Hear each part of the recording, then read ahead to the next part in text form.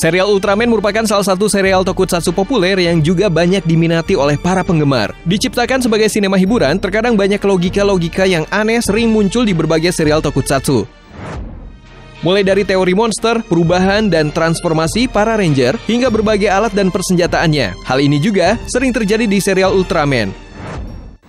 Beberapa kali kita juga sering menemukan poin-poin aneh yang sebenarnya tidak mengurangi keseruannya, tetapi menambah sisi unik dan lucunya. Kira-kira apa ya 5 logika paling aneh yang ada di serial Ultraman?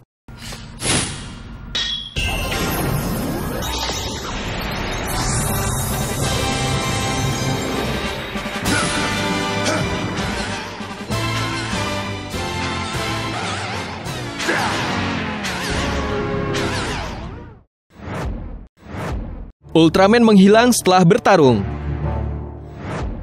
Konsep adegan ini sepertinya sudah menjadi format serial Ultraman. Begitu selesai menjalankan tugas, sang Ultraman akan kembali ke tempat asalnya. Namun ketidakjelasan kemana ia terbang membuat banyak anak juga sering bertanya-tanya, kira-kira kemana sang Ultraman pulang? Ia hanya terlihat terbang ke arah langit dan kemudian menghilang. Keberadaan host yang memanggil Ultraman pun biasanya hanya akan kembali ke tim tanpa diperlihatkan bagaimana tubuhnya bisa terpisah dengan sang Ultraman. Apakah ia terbang bersama Ultraman atau dia melepaskan diri di suatu tempat? Berbeda dengan Ranger dan Kamen Rider, di mana perubahan dan transformasi mereka lebih jelas. Tubuh mereka akan terlepas dari tubuh robot, setelah Henshin transformasi kembali ke tubuh manusia, mereka aktifkan. Bagian seperti ini di serial Ultraman menjadi abu-abu jika kembali ditelusuri. Nah, kira-kira gimana menurut kamu?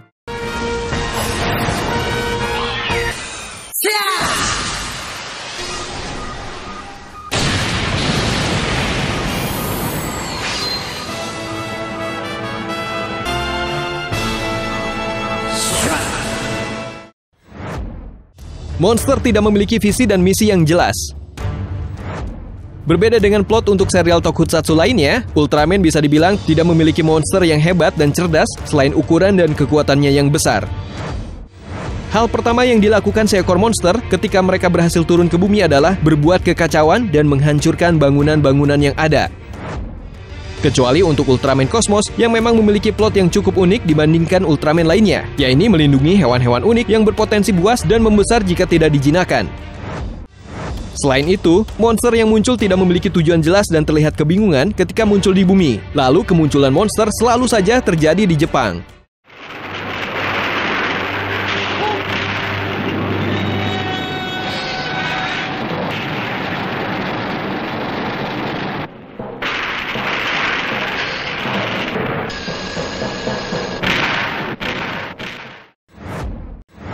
Kekuatan laser selalu di akhir.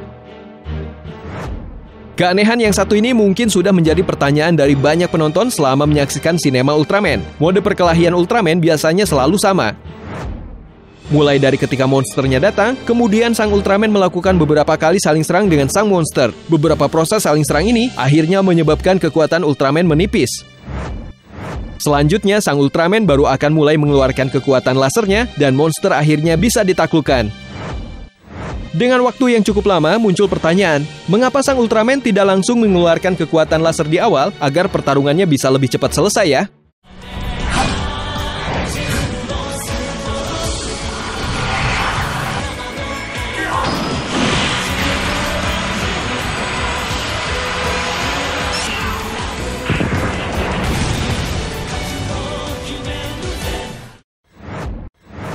Ultraman tidak pernah ketahuan. Hampir semua host yang menjadi Ultraman hampir tidak pernah ketahuan kalau dia adalah agen yang men-trigger kemunculan Ultraman ke muka bumi di saat yang terdesak. Namun anehnya, hampir tidak ada anggota yang menyadari host Ultraman tersebut.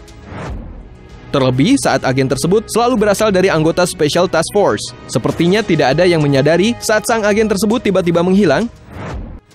Belum lagi ketika misalnya sang agen melakukan henshin dari tempat-tempat yang menonjol seperti saat sedang mengoperasikan pesawat. Seharusnya pesawat yang ia gunakan hancur dan hilang kendali karena pengemudinya sudah menjadi Ultraman.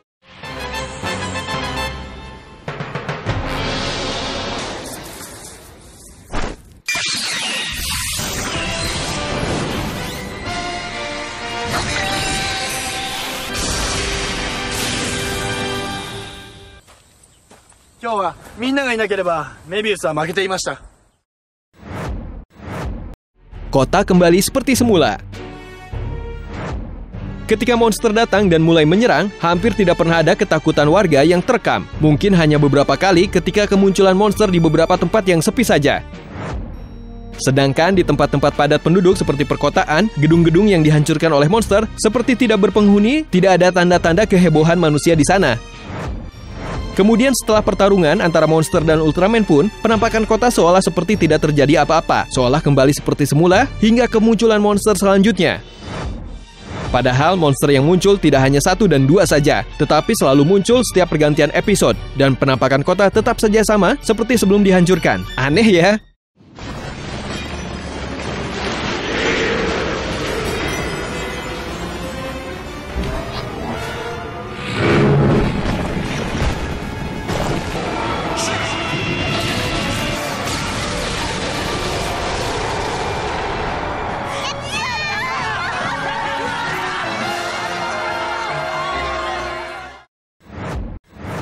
Itu dia 5 logika paling aneh yang ada di serial Ultraman. Ada keanehan lainnya yang bisa kamu temukan? Silahkan tulis pendapatmu ya. Terima kasih sudah menonton dan sampai jumpa lagi.